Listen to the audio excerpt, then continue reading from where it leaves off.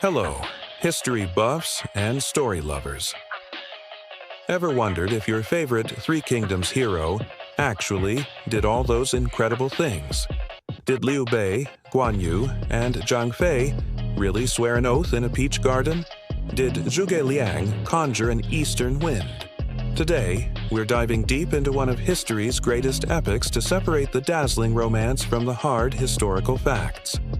Let's unravel what really happened during the Three Kingdoms period. Our main source for the legends is the 14th century novel, Romance of the Three Kingdoms, or Sanguo Yanyi. It's a masterpiece of literature, filled with heroes, villains, and unforgettable drama. But it was written over 1,000 years after the events took place. Our historical source is much older, the Records of the Three Kingdoms, or Sanguozhi, written by Chen Shou in the 3rd century. He was actually alive during the later part of the period. His work was later annotated by Pei Songji, who added more details from other historical sources. So, we have the novel versus the official records. Let's put them head to head. First up, the iconic beginning of the novel, the Oath of the Peach Garden. We all know the scene. Liu Bei, Guan Yu, and Zhang Fei, three strangers, meet and instantly bond, swearing to become brothers and restore the Han dynasty. It's the ultimate symbol of loyalty and brotherhood. But did it happen? According to Chen Shou's records, there's no mention of a peach garden or a formal oath. However, he does say their relationship was as close as brothers, that they shared the same bed and ate from the same pot. So, while the dramatic ceremony is likely fiction, their legendary bond was absolutely real. The novel just gave it a beautiful, cinematic opening. Next, let's talk about the master strategist, Zhuge Liang. In the novel, he's practically a wizard. He borrows the eastern wind for the Battle of Red Cliffs, uses the empty fort strategy to trick Sima Yi, and even summons magical soldiers. He is portrayed as a flawless genius who can control the elements and read his enemies' minds. The historical Zhuge Liang was certainly brilliant. He was an outstanding administrator, a skilled diplomat who solidified the alliance with Sun Quan, and a capable military logistician. He was a statesman, first and foremost. Many of the most famous military tricks, like borrowing the wind, were actually attributed to his ally, Zhou Yu, in the historical records. The empty fort strategy. It was used by other generals during that period, but there's no reliable record of Zhuge Liang himself using it. The novel took the historical figure of a brilliant chancellor and amplified his military genius to godlike proportions. What about the legendary warrior Guan Yu? In the novel, he's an unstoppable god of war. He slays 6 of Zhao Chao's top generals while crossing 5 passes, a story that showcases his unparalleled might and loyalty to Liu Bei. He also famously plays a game of Go while the physician Hua Tuo scrapes poison from his bone, without anesthesia.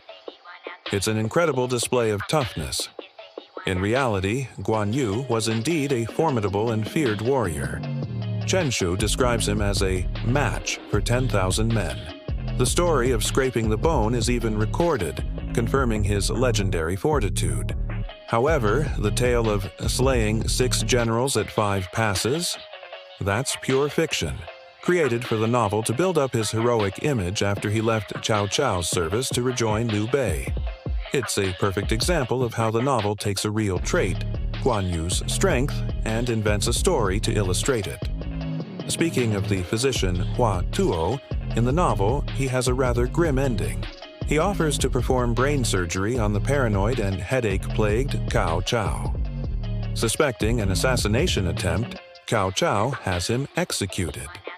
Historically, Hua Tuo was a real and incredibly advanced physician for his time, known for his skills in surgery and anesthesia using a formula called Mafei-san.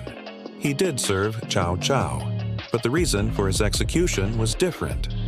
According to the records, Hua Tuo missed his family and wanted to leave Cao Cao's service. He used his wife's illness as an excuse to go home and refused to return. Feeling deceived and disrespected, the enraged Cao Cao had him executed. The novel changed the motive to highlight Cao Cao's paranoia and create a more dramatic confrontation between medicine and power. And let's not forget the Battle of Red Cliffs, the turning point of the entire era. The novel presents it as a masterclass by Zhuge Liang, who tricks Cao Cao at every turn, from stealing 100,000 arrows with straw boats to calling upon the wind. Historically, the victory was a joint effort between the forces of Zhou Yu and Liu Bei. The fire attack was Zhou Yu's idea, and his general Huang Gai led the charge. Zhuge Liang's primary role was diplomatic. He was instrumental in convincing Sun Quan to form the alliance against Cao Cao in the first place. His contribution was crucial, but it was political, not magical. The novel consolidates all the credit for the military genius onto Zhuge Liang, making him the central hero of the event. So, why the huge difference? Why did the novel, Romance of the Three Kingdoms, change so much? We have to remember its purpose. Chen Shu was writing an official history.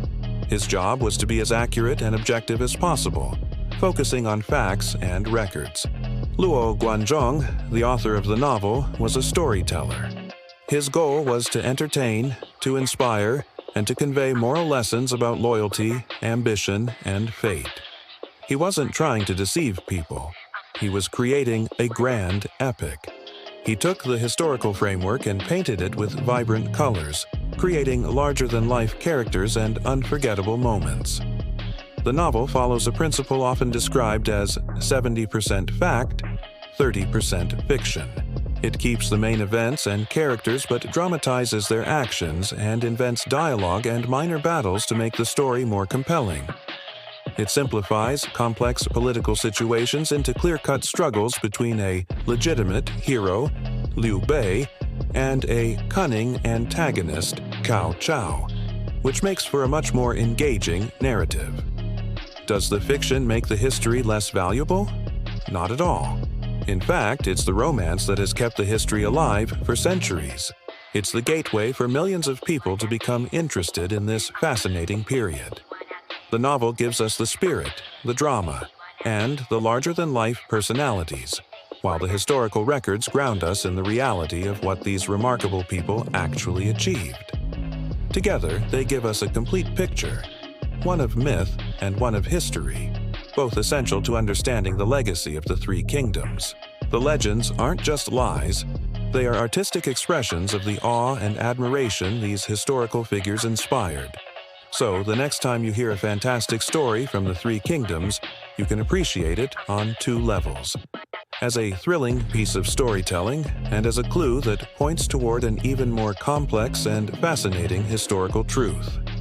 The real magic is how history can inspire such incredible fiction. Thank you so much for joining me on this journey through fact and fiction. If you enjoyed this deep dive, don't forget to like, subscribe, and hit that notification bell for more explorations into history's greatest stories. Let me know in the comments which Three Kingdoms legend is your favorite. Until next time, stay curious.